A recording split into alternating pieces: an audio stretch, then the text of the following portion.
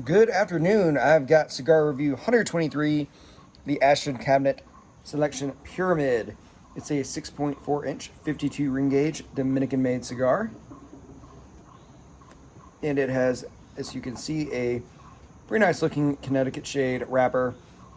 So they're using 4 to 5 year old aged Dominican long fillers, and then, of course, that Connecticut shade that was, I believe, aged for 12 months. Thus, according to Ashton, resulting in that $12 price tag. It's a pretty good cigar. So someone described it, and this is if I could describe it in like two phrases: a latte white wine. And what that means to me is it's not a big cigar. It's not a robust cigar. It's lighter. It is to cigars what white wine is to wine. This isn't a scotch. It's not a red wine. It's light.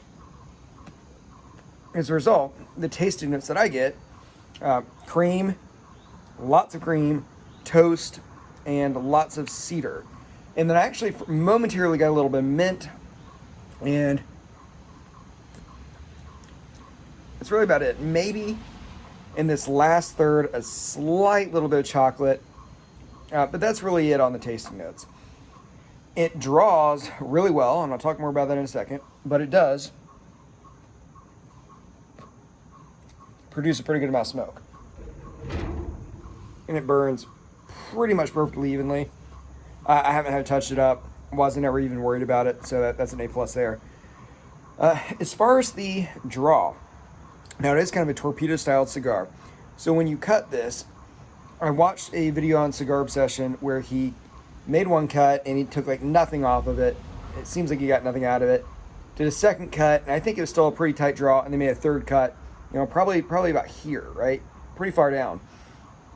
I took a different approach. Whenever I smoke these torpedoes, what I do is I make that initial cut, not too far down, but then I immediately make a second cut, and it's a deep angled cut that goes about as far down as someone would normally just make the cut.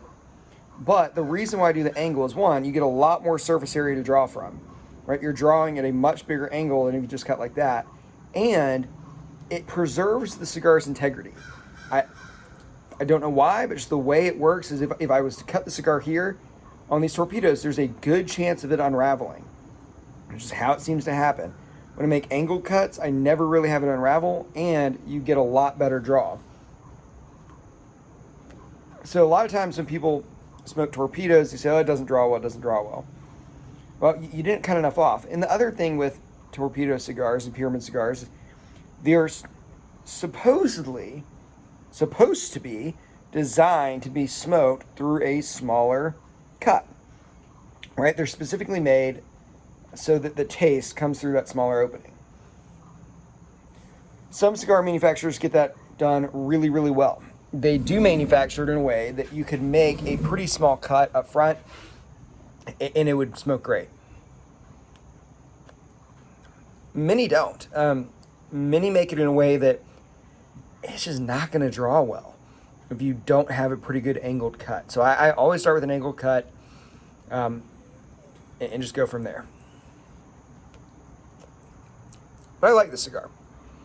It's a nice light cigar.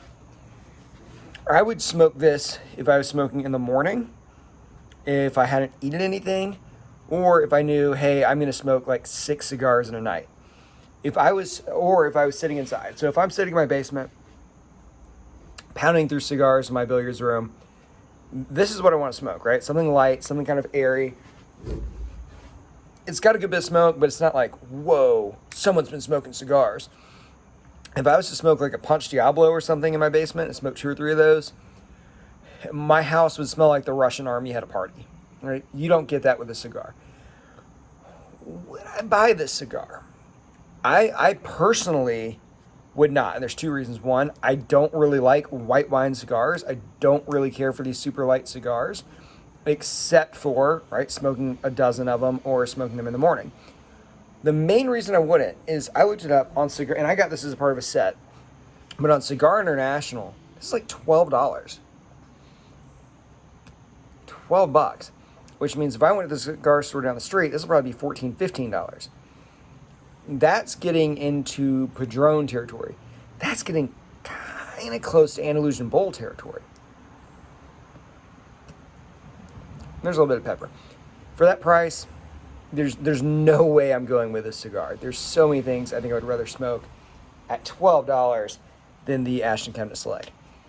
But if you really like that type of cigar, if you're someone that likes light cigars, or if you are a new cigar smoker, it'd be great. So would I recommend it to a new cigar smoker that had a pretty good budget? 100%, absolutely great cigar for it. Burns well, isn't harsh, super creamy. Just make sure you get the cut right. And they do have this in other offerings as well. It's not all pyramids. They've got, your standard, Toros, Robustos, whatever. Some Churchill size ones as well. So that's it, guys. A cigar review, 123 Ashton Cabinet Pyramid. I would go honestly with a neutral rating just because I don't think it's a great value for the price. It's not my style of cigar, but it is a good cigar. There's no real flaws with it. So if you got the budget, I think probably go with a buy rating. And that's it, guys. Please feel free. Let me know what you think. I'd love to hear your opinions. I'd love to hear your opinions if anyone actually watched the whole video on my method of cutting it. Do you do that? Do you think I'm wrong? Let me know. As always, thank you for watching.